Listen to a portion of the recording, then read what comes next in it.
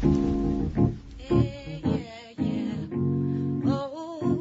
my God, it's big, so strong, so mighty. My God's plans for me goes beyond my wildest dreams. There's nothing my God cannot do. There's nothing my God cannot do. There's nothing my God cannot do. Welcome to Wellness Issues. I'm your host, Chris Sylvain, and so we're so thoroughly excited. Today is just an awesome day to be alive, a great day in the history of our country, just to see the changes, the movements. Just a couple of announcements before we get started. I definitely want to bring in, as we are sponsored by Best Life Pharmacy and Restaurant on Tulane and Broad. Definitely, it's a place to get your prescriptions filled. And we're also sponsored by Faith Church on the corner of Paris and Gentilly, 3112 Paris Avenue on December 19th at 7 p.m. We'll be having an awesome Christmas musical. Our choir, led by a songstress that starts off, Sister Andrea Thompson, our choir will be there. We thank God for all of the people of God. But a powerful Christmas musical, December 19th, Friday, 7 o'clock. Be there. And it's definitely a great support for homelessness, so stop on by. But today we're talking about mass incarceration. We're talking about the issues of the African American in the world today. We've looked at it from a legal perspective for the past month or so, great legal minds, and we appreciate all of them. But now we're looking at it from a historical perspective, from history. And believe me, I'm so excited about the humanities. STEM is one thing, but we have to appreciate the humanities. And we have one that is an awesome professor, assistant professor of history, received her Ph.D. in history from the University of Illinois. She's right at Loyola University. We appreciate her. Her research interests are in racial hierarchies, race, class, and the intersection between race, class, and gender. We've had her on health issues before, and believe me, it's such a wealth of information. Dr. Ashley Howard. Welcome, Dr. Howard. How are you this morning? Oh, good morning. I'm great. How are all of you? Oh, just excited and just excited. What an awesome time, Dr. Howard, isn't it? It is. It's so exciting. You know, as a historian, it's very rare that we get to see our research actually have relevancy in the real world. And so at one stroke, it's very exciting to kind of see these things play out. And then at the other side, it's disheartening, you know, because these are trying times in the black community. But still, you know, we're a resilient people, so it's nice to see how we're coming together and to struggle through these issues as a community. Yeah, it really, really is. And I forgot there was somebody in the New York Times. They just concurred, to be able to see history come to life, literally. When we go back, I guess since Africans were brought to America, and I think that's the thing for everybody. And you can see the college students, and I noticed the white coats for Black Lives. I don't know if you saw that in the paper. That just shook me up. White coats for Black Lives having a die-in in some mall somewhere. Just to see people recognizing and realizing, having bright eyes and bushy tails, and all of a sudden understanding that some of the same things that have been playing out through slavery, segregation, and some of the same dynamics. Absolutely. And, you know, our history is a history of struggle. From the first time when African Americans had arrived here, well, they were just Africans at the time, but arrived here as captives, black people have been resisting, have been strategizing, and have been making the best out of the situation that they've been in. And I think what's so promising about this difficult moment that we're currently in is it's no longer a black struggle. I think more than ever it's a multicultural, a multiracial issue, and we have new allies in places that we haven't seen through previous struggles. Well, and that, we want to touch upon that. the idea that, there were abolitionists during slavery, and so it wasn't all in every. You had strong abolitionists, people that were, had integrity. It wasn't all in every. During segregation, obviously, whites were killed and blacks struggled, mind you. And so we'll never discount that. I don't think we ever want to discount that. But the same thing here. To me, my gut feeling, because we really don't know, to be honest with you, that's why the white coats and black for black people was so powerful. To me, we have a multicultural struggle, white, brown, Asian, everybody, in a way that history has never seen before. Is that true? Do you get that impression? In some ways, yes. I think you talked about some really important historical parallels. There were abolitionists, white abolitionists working through the anti-slavery movement. Particularly in the 1930s, you see a lot of labor organizing with blacks and whites together. Of course, in the civil rights movement, one of the main reasons for the efficacy of the 1964 Freedom Summer was because white students were down there. So this brought media attention there.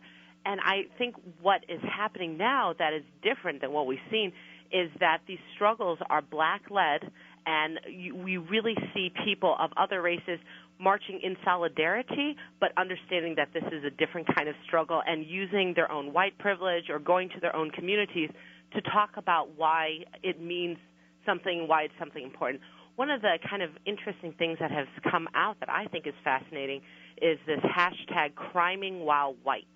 Wow. And it's people talking about their experiences with the police and how, although they may be engaged in some petty crime, they didn't have the same dire consequences that Eric Garner and Mike Brown had. And so kind of talking about the differences of race that still exist despite this kind of back-patting of being in a colorblind society today.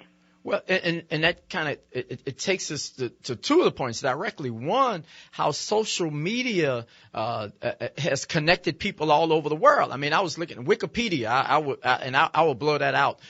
To me, I haven't found any place to have so much depth of information about this current struggle than Wikipedia. And I can't find it on the news, definitely not in the newspaper, but just to see it's an international struggle. Countries all over the world are speaking about Ferguson and New York and what's happening with the United States. And I didn't see that on the news, what I mean? And if we're having die-ins at the mall, how many other die-ins are going on around the world that people aren't recognizing? But social media becomes the new newspaper. Social media is fascinating. So if you recall, in the 1960s, they would actually have media moratoriums during uprisings, during riots, because they didn't want this to spread and people to find out. And in Ferguson, they actually tried to do this with blocking the airspace over Ferguson to prevent news helicopters going on. But with the advent of Internet and the social media, this has really democratized protests. So in London in 2012, protesters there in their uprising became really savvy. So they were text messaging to other people how to avoid the police. So they say the police are at Piccadilly Circus, don't go here, go to Tottenham instead. And in the American case, what this is doing is it's really giving people the opportunity to shift this dominant narrative and to talk about what their experiences have been. And again, I find this fascinating, all of this hashtag culture. Yes. So another one that I think has been particularly powerful is hashtag If I Die Today. Wow. And this is showing how the media manipulates images of black and brown Americans. So they would put an image where they think that this is the best example of themselves. So perhaps a picture of them in the military uniform, a picture of them graduating from college, and then they also put an image of themselves that the media would use if they were found in this position of trouble. And, it may be throwing up a hand sign or having a drink in your hand or being less than your best self, and how the media can manipulate this imagery. So that's one way that I believe people have taken this back. And the other is it's connecting people not only across the United States, but across the world. And that has just been so heartening, because you see some of the biggest protests coming after the non-acquittal of Darren Wilson have been in Chicago, in Oakland. And so people are connecting on this as human beings, not just as residents of Ferguson. And people are tying these struggles internationally to their own local issues. Palestine and Ferguson with the 43 students that have disappeared in Mexico. Wow. All of these things begin to speak to a global culture of violence as repression. It just literally, it's mind-boggling, unbelievable, and I think you hit the nail on the head. From a historical perspective, it sheds the light, almost a big spotlight. Where looking at the trees, it's hard to see how big the forest is. But let's grab a hold to this, because I don't know if the young people understand this. And looking at protest movements for years, the '60s and so forth. All right.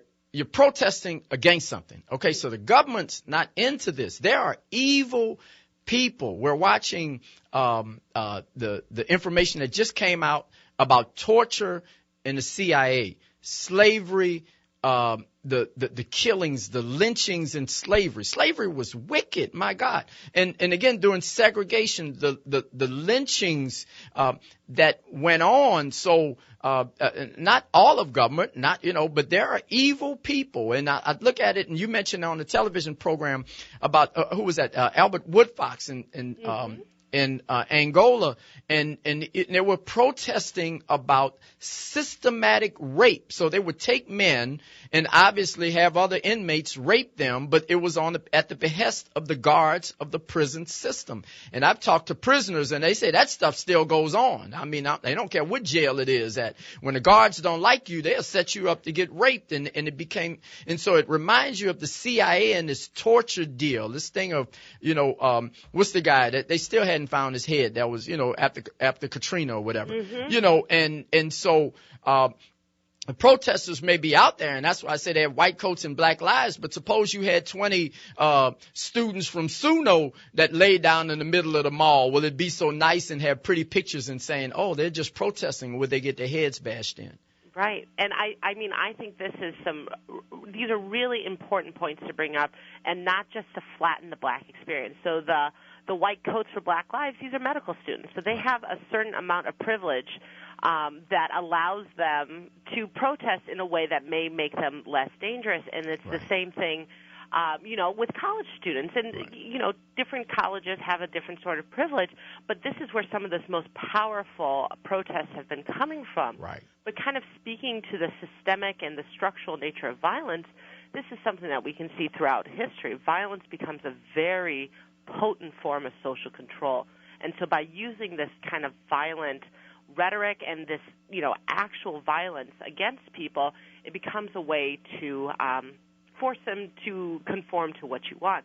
And I had a student of mine, a young person, in her early 20s, said, Dr. Howard, do you think that this CIA report is coming out now to take focus away from police violence? Wow. And I said, no, in actuality, it's all part and parcel. These are people who are seen as not being deserving of rights because of some infraction of law, or because of the different color of their skin or their ethnicity or national identity, and violence becomes a way of using this against them and to get them to bend to the will. And I think that is such an important thing to think about, is all of the ways that violence has been used. And, as you've read, I'm sure, from commenters, that many of them saying that the police violence that occurs is not actually violence, it's rather force, and police are well within their rights to use this type of strategy in arresting people. And this is one of the ways that the state legitimizes their use of violence and thus delegitimizes anyone else's use of violence. Literally, and I guess, is there any difference, though, in this idea of I'm going to make an example out of somebody and scare the rest of them from even thinking about opening their mouths? Now, this is something that's been going on a lot, at least in kind of, popular conversations, barbershop conversations, beauty shops, is that this is a way to remind black and brown people to stay in their place. There was a scholar, a sociologist in the 1940s by the name of Oliver Cromwell Cox. He wrote an excellent book in which he described a lynching cycle. And this notion is that when African Americans begin to push the boundary of their segregation, of their limits, of the racial discrimination, a lynching will take place to remind them that if you step out of bounds, this will happen. I think in the case of the U.S., what these two cases of Brown and Garner, they have come to the light. But as we know, this is nothing new.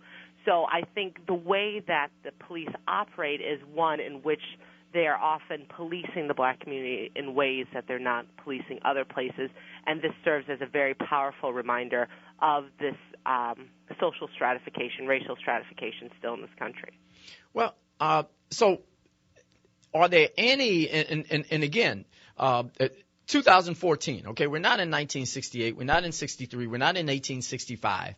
We're in a different place now. So from I guess a governmental standpoint, we're looking at, again, what the CIA did with torture. We're looking at the National Security Agency or whatever. They have, just looking at it this morning, they have access to 75% of people's emails. So obviously that means 99%. You know what I mean? They're grabbing every phone call. So we have white coats and black lives. So, all right, they're targeted.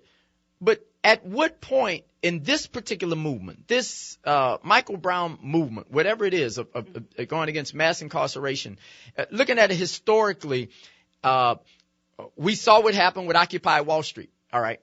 What does this movement look like as far as for the government saying, hey, I'm out of here. Y'all are out of here. We're going to deal with y'all. We're going to shut this thing down. It's never going to happen again.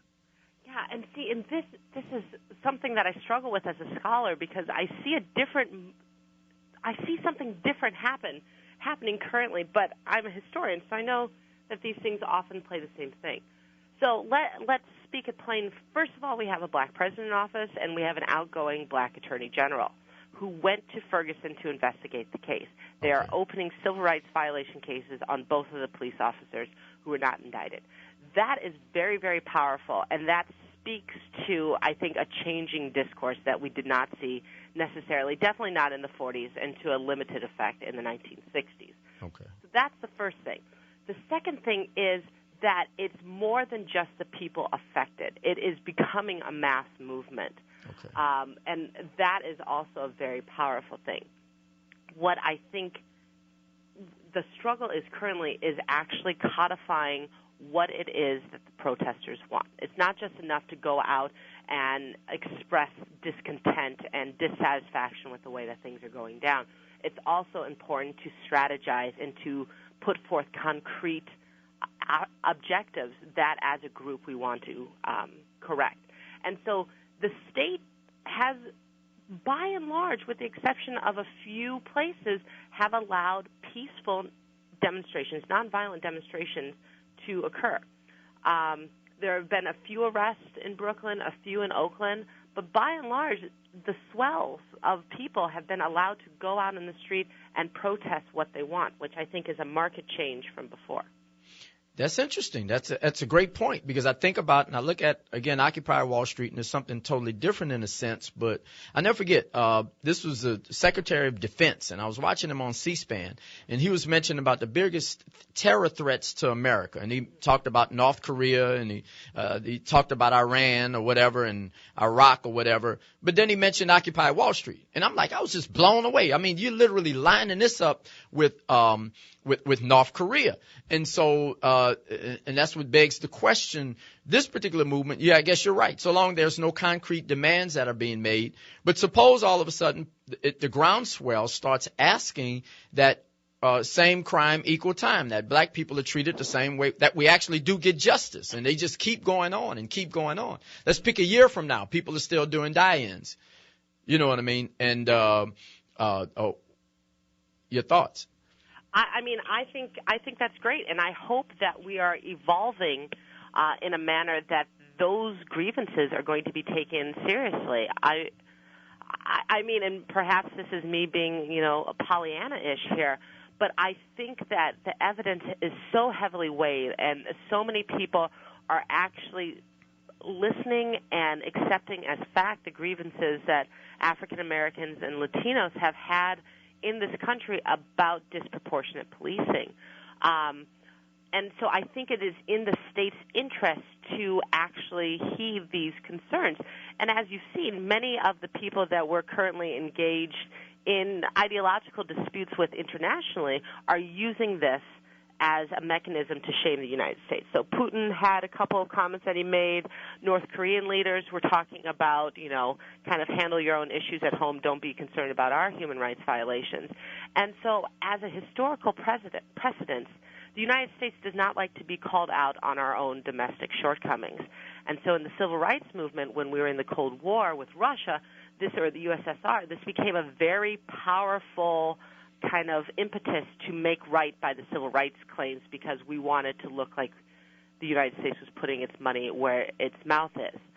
And they are asking for radical change, but it's still done within the confine of the police system. No one's looking, at least many of the people I have spoken with, are not asking for prison abolition, or they're not asking to completely eradicate police forces. They're just asking for change in those systems and equitable change. And so that, I think, is a little less frightening than some of these broader changes that have occurred. Okay, now, question then. Now, I'm in. We're in. Okay, I'm with you. Now, so to achieve any sense of justice, then state legislatures or the federal government would need to pass some sort of laws. I think that's what got with the students at Harvard. They were writing model legislation at Harvard, and I think many of the other universities. These are some of the great minds. I mean, hey, look at yourself, and great minds that are approaching this thing, model legislation. So therefore, my guess, the country's not buying it. Right. And I'm not buying it either. I don't think laws are enough because there are laws on the books, and we don't need to think about whether or not the laws are colorblind, but begin to train people, practitioners of the law, to not let their own biases, and we all have them, affect how they do their jobs. I think that's the most important thing that can come out of this, and when we begin to think of policy changes. I wrote a policy paper for the Scholar Strategy Network, which is a kind of a think tank for intellectuals who are concerned about making changes. And so my best remedies for this were as follows. First of all, you have to include racial realities in the training of law enforcement. Okay. So we can't just play lip service to diversity and hire a few black officers. We need to train officials to understand the realities of being people of color in this nation and the bitterness that is often bred by those racial inequalities. Okay. The second thing we need to do is to end surplus military goods subsidies to the police. So cities don't need tanks. Right? We are not rogue, hostile people that need to be militarized. We need to be community policing. The third is to eliminate police-run investigations or where you have prosecutors who don't want to convict or indict the person in question. We need to have these things be more independent by independent authorities and community review boards that may have binding changes. And finally, and this is most importantly, we need to collaborate with community members, particularly youth, and talk about what are the issues, how do we find permanent fixes that we can help embrace and have community people actually direct. So it's not that you come in and police for the day, then go back to your suburban home. You're a part of the community. You know these people, and you see them as people. I think that would go a long way, a lot farther than legislation saying don't discriminate on the job. I think it's awesome. I think the first one you mentioned about this racial realism. Streckney wrote this book out about racial realism. We talked about it a few shows back. And whereas there's evil in the world, okay? So evil's not going anywhere, okay? And so I could see those things addressing evil, but what about the teeth to say where evil rears its ugly head? And it's been rearing it for 500 years, okay? Mm-hmm. Where evil rears its ugly head, what about the teeth to say, hey, what's going to happen to these police officers? And I think you're right. I think we can talk about the courts, we can deal with everything else, but unless we deal with the police departments, we're going nowhere. Yeah, and I mean, like, having a law that says you should not discriminate would not necessarily save Michael Brown's life. There was a law in the New York Police Department saying not to use chokeholds, and still this is what happens to Eric Garner. So laws don't mean much unless there is a committed body of people, both within organizations and within the community, to hold these people accountable that make sure we follow the laws. Okay, all right, and let's go again. Historically, though, from that standpoint, during slavery, I mean, there were great arguments in Congress, about slavery, great arguments throughout segregation, but none of them shifted without struggle. Yes, absolutely. And I mean, this is something that we forget, or perhaps we forget to remember. So the trope that you always hear is that Abraham Lincoln freed the slaves. Emancipation Proclamation, 1863, the savior Lincoln. But that did not free any people who were enslaved in Union-held territories. Right? Okay. This is only in rebel countries. Wow. And most importantly, the greatest freeing of slaves came when the enslaved people themselves walked away. This is called the Great Strike. And so enslaved people saw the writing on the wall, did not wait for anybody to emancipate themselves, and just walked off. Wow. So we can track the laws that are passed in legislation, and that's important symbolically, but historically, people on the ground have made the changes that most influence their lives, and they are responsible for holding government's feet to the flames to make sure that they make good on the promises that they say they'll give. I think that's amazing. I think that literally with social media, you're really illuminating what we have is where the people said, "Forget you. This is how we're going to operate." Where the police officers all come together and saying, "Hey, regardless of what's going on, hey, we're going to actually operate righteously, and the people hold the police officers accountable, regardless of who gets elected." Yes, absolutely. And I mean, I think there's such a disconnect between how some communities perceive the police as a force for good and how other people perceive the force as a mechanism for terror. And so how do we bridge this gap? What is happening for these people who teach their children that if you ever get lost, just go up to a police officer and he'll help you, versus the people who tell their children, if you get stopped by a police officer, don't say anything, don't resist, just be calm. How is it that we begin to bridge the gap between the way those two communities are policed? Another question, though, as we close in. Throughout history, though, wherever you have this heterogeneous society, we have different cultures, we have different viewpoints. Does history have a model for us coming together? That's a good question. I think the 60s provide a good model in the various ethnic and racial struggles that went on. So many people were working in their own home communities but collaborated. So I'm thinking namely in Chicago, the Young Patriots, which was an organization of Southern white Appalachian migrants, the Young Lords, who were Puerto Rican, and the Black Panther Party, who were African American. So this is a way that they all activated in their own community and helped each other. But I don't know, even though I'm a historian, so I don't want to discount that, I think we're in a new era. I think we're in a new age. And just as social media has revolutionized the way people begin to protest and to think about these issues, I think we should look for new models of how people as human beings, as Americans, we can all struggle for the same goals in our own communities. So in black communities, it's important to go out and teach people their rights and to put pressure on the government. And in white communities, it's important to talk about what white privilege looks like. It's important to talk about racial profiling and how we ourselves are part of the system. Now, that doesn't mean that you should, go home and flog yourself, but you should be aware of the privilege and be aware of how to fight against it. Awesome, Dr. Howard. We could not thank you enough. We need you to come back just to give us this broad, wide perspective. Thank you. I could not thank you anymore. Hey, so for all people, we have to fight as hard as we can. A new day, a new time. searched all over, couldn't find nobody. I looked high and low, still couldn't find nobody.